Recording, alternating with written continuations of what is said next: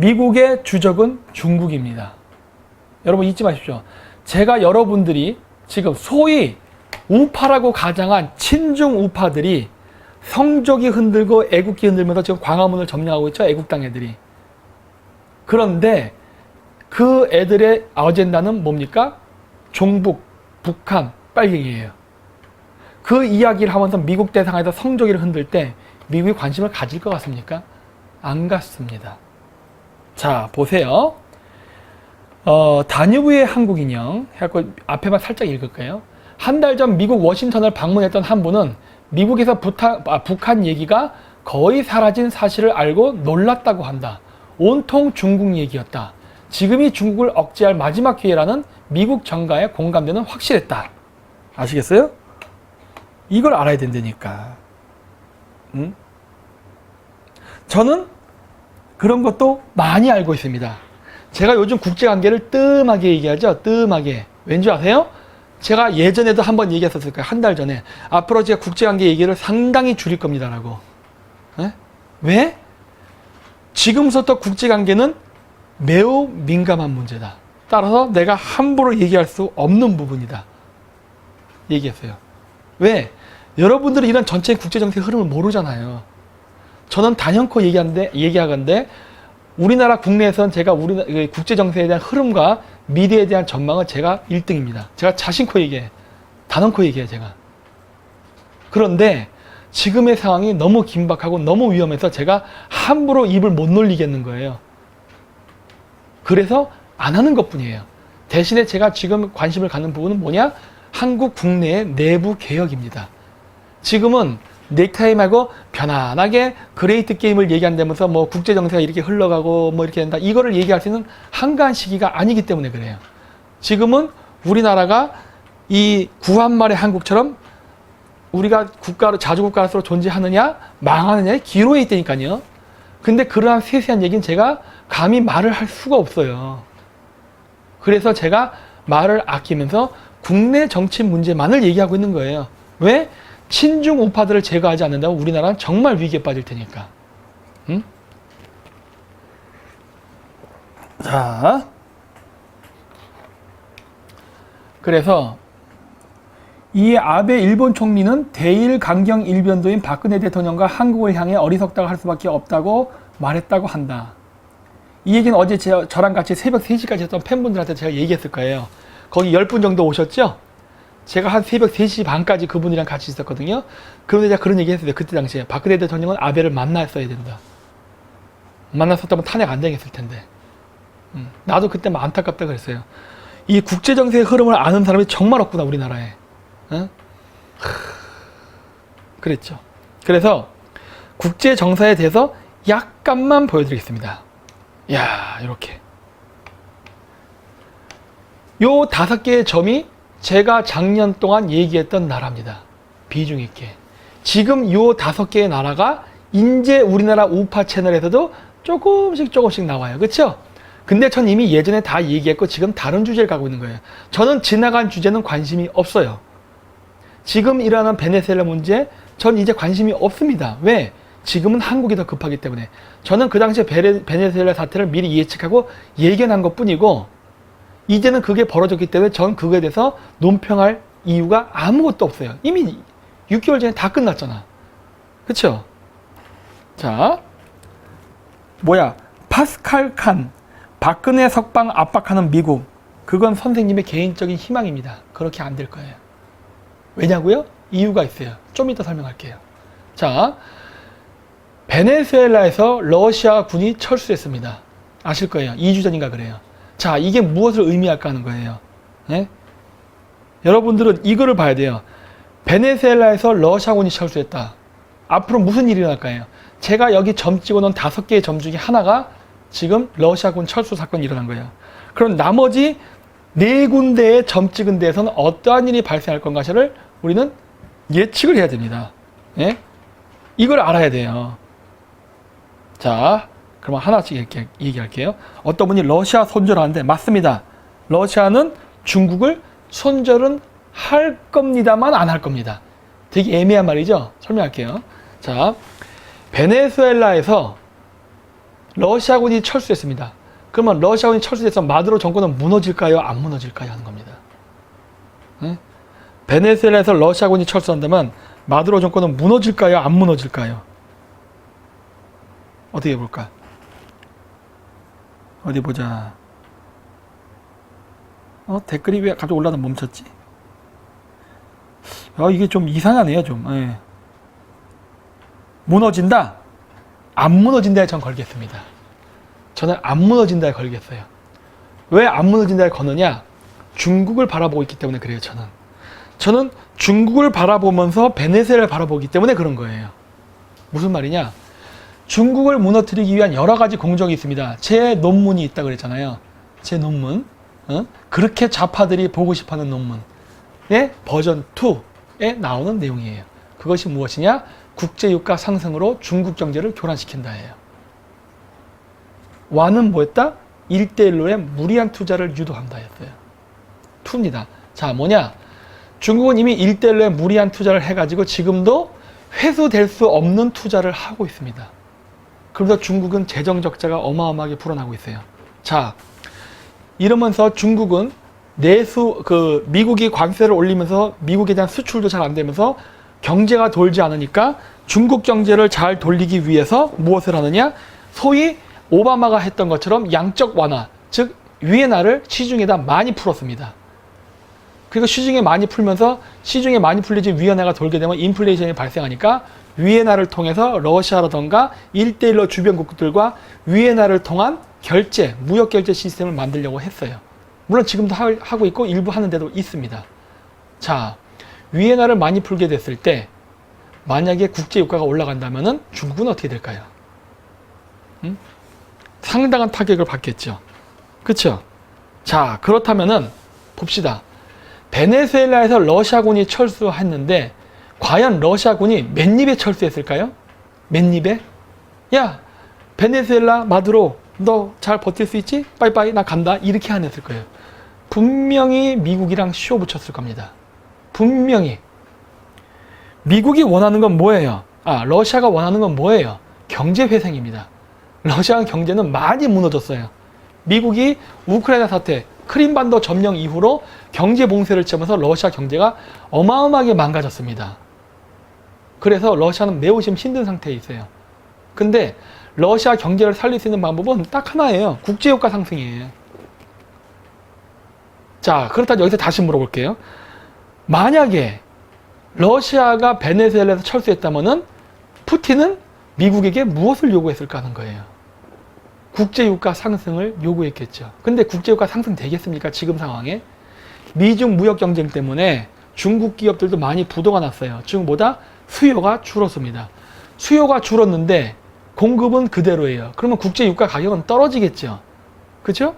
근데 국제유가 가격이 떨어지면은 중국이 좋기 때문에 안 돼요. 미중 무역 경쟁 속에서 중국 기업이 망해서 없어진다 하더라도 국제유가는 고유가를 유지해야 됩니다. 즉 중국 기업들이 무너지면서 수요가 감소해도 국제유가는 고공세를 타야만 돼요. 그러려면 어떻게 하면 가능할까요? 공급을 줄이면 되겠죠. 즉 감산입니다. 그렇다면은 베네수엘라에서 러시아 군대가 빠졌다고 해서 콰이도가 마두로를 확 점령하고 새로운 정권이 생길까 하는 거예요. 아니요 라고 저는 생각하는 거예요. 그러면 어떻게 된다? 베네수엘라는 마두로와 콰이도가 끝나지 않는 내전을 지속함으로써 베네수엘라는 석유를 생산할 수 없는 사태가 될 것이라고 봅니다. 이게 제 예측이에요. 여기 어떤 분 또 이란 조지던가 나오네. 여러분들도 그레이트 게임을 봐서 이제 감을 잡으시는 거니요. 빨간 점 제가 찍어놨잖아요. 앞에 지도에다가. 이란. 즉, 이란 문제가 나올 수밖에 없다. 이미 나왔죠? 유조선 폭발에 이란이 개입되어 있다. 자, 베네수엘라가 원유를 생산 못하게 되면 공급량이 줄은 겁니다. 국제유가를 좀 더 상승시키려면 이란도 문제가 있으면 참 좋겠죠. 자, 그러면 이게 어떻게 되냐? 러시아는 베네수엘라에서 철수를 했는데 만약에 이란에서 어떤 내전이 벌어진다면, 어떤 분쟁이 발생한다면 러시아는 이란을 도울까요? 안 도울까요? 한번 또 댓글 보겠습니다. 도울까요? 안 도울까요? 러시아는 이란을 돕는다? 안 돕는다? 아직 댓글이 안 올라오네요. 러시아는 이란을 도와요? 안 도와요? 안 도와요? 안 도와요? 안 도와요? 돕지요. 왜 그러세요? 유치하게 진짜. 미국이랑 이란이 싸우면 누가 이기겠어요? 미국이 이기지. 미국이 이기면은 이란이 망하면은 중동에 평화가 오는데요? 중동에 평화가 오면 중동에 미군 기지가 유지가 됩니까? 이란은 트러블 메이커로 존속을 해야죠. 그리고 러시아도 자신의 동맹국이 이란을 도와주는 척이라도 해야 동맹국의 입장으로서 위치로서 계속 중동 문제에 개입할 수 있는 명분이 생기잖아요. 안 그래요? 그럼으로써 이란은 끝나지 않는 내전 상태가 되면 국제유가가 어떻게 될까요? 올라가죠. 그렇죠? 근데 이란이 있는 지역은 어디다? 호르무즈 해협. 호르무즈 해협을 통과해야 되는 원유 생산 국가가 누굽니까? 이란, 이라크, 쿠웨이트, 바레인, 카타르, 아랍에미레이트. 우와. 어떻게 되는 거예요? 어떻게 될 것 같아요? 공급 확실히 줄지 않겠습니까? 공급이 줄면은 미국은 돈 벌겠네. 러시아도 돈 벌겠죠. 왜? 셰일가스가 있잖아요. 셰일가스는 호르무즈 해협을 통과하지 않잖아. 안 보이세요? 이게 제가 생각하는 소설입니다. 소설. 소설이야, 소설 그냥. 이건 제 내피셜이에요. 소설. 그렇죠? 자, 유가가 폭등하게 되면은 중국은 어떻게 해야 돼요? 중동을 통해서 석유를 수입할 수 없게 됩니다. 호르무즈 해협을 통과해서. 그러면 누가 석유를 공급해 줄까요? 러시아. 그렇죠? 러시아는 중러 군사 동맹을 깰까요? 안 깰까요? 러시아는 중러 군사 동맹을 깰까요? 안 깰까요? 어디 한번 써보세요. 러시아는 중러 군사 동맹을 깬다? 안 깬다? 써보세요. 막 올라가네. 깬다? 안 깬다죠. 왜 이러세요? 센스 정말 없네. 안 깨지. 왜? 중동이 막혔으니까 중국은 러시아 석유에 의존할 수밖에 없다니까요. 그럼 러시아 뭐 하면 돼요? 걱정하지 말라. 우리 중국의 형제예요. 우리는 중러 군사 동맹국 아니냐. 내가 너에게 석유를 지원해 줄게. 단 국제 유가 시세로. 그럼 국제 유가 시세가 얼마인데? 이렇게 올라갈 거 아니에요. 그래서 내가 얘기했잖아요. 러시아는 칼을 들고 시진핑을 끼안을 겁니다. 시진핑이. 푸틴은 칼을 들고 시진핑을 끼안을 거예요. 이렇게. 무슨 말인지 아세요? 네? 아시겠어요? 이렇게 되는 거예요. 러시아가 왜 중국을 배신하겠습니까? 동맹국인데. 아시겠어요? 응? 국제 유가 시세에 맞게 주면 돼요, 그냥. 응? 그림이 보이십니까? 그림이. 예? 저는 그래서 한국이 안타깝다고 하는 거예요. 이 비응신 새끼들. 왜 친중하고 있어? 러시아가, 푸틴이 친중 팔까요? 중국에다 석유 팔았으니까? 어? 푸틴이 시진핑한테 비싼 값에 석유를 팔고 친중파 맞습니까? 아니라니까 그러네. 어? 안타깝지요, 진짜 안타까워. 어? 그림이 이제 보이십니까? 에? 그림이 보이세요? 그렇죠? 하지만 이거는 제가 얘기했듯이 제 내피셜입니다. 아직 몰라요. 아직 일어나지 않은 미래를 제가 얘기하는 것 뿐이에요. 예.